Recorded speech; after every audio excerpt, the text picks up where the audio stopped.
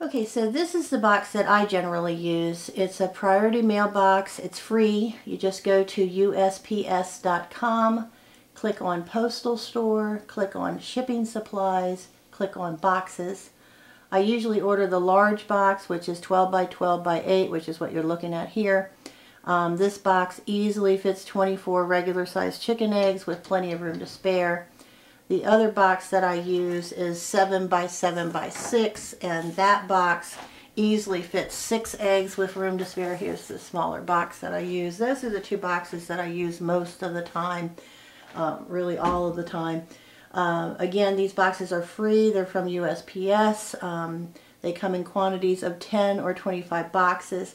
You can't pick them up from your local post office. You need to order them online. Again, just go to USPS.com, click on Postal Store, click on Shipping Supplies, click on Boxes, and find the size you want and order it.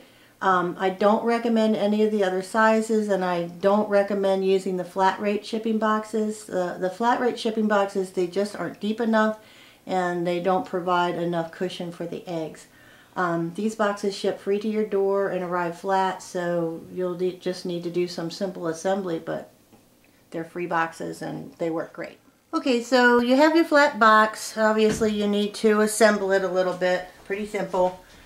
Just pick it up, open it up, put the bottom side up. You can do this. Just close the bottom up. Take your tape, put it across the bottom, put it across here, put it across here. You don't need to put gobs of tape on it. Just enough to close the seams, okay? That's it. Then turn it right side up and you got your box ready to go.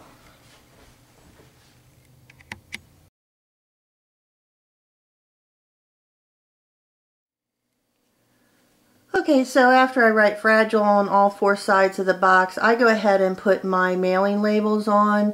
A lot of people probably wait until the box is already packed and ready to go, and then go ahead and address it.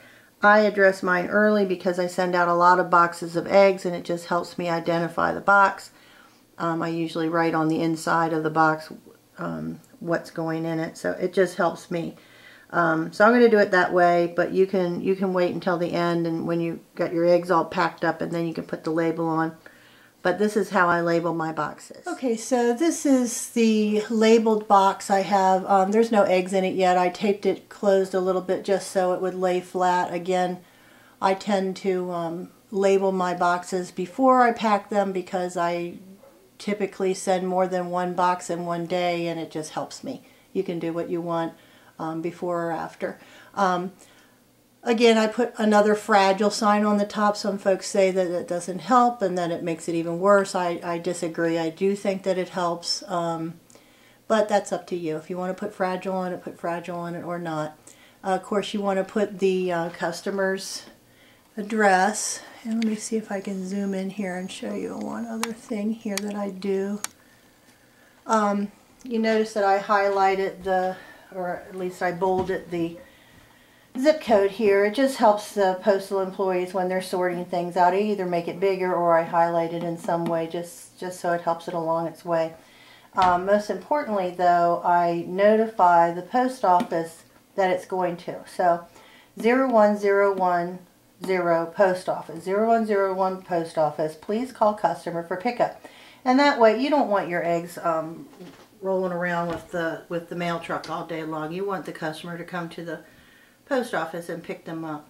So that just flags the post office to call the customer, and then of course that is your return address. And I should add that a lot of folks choose to get their labels printed off the computer, which is fine. That works great.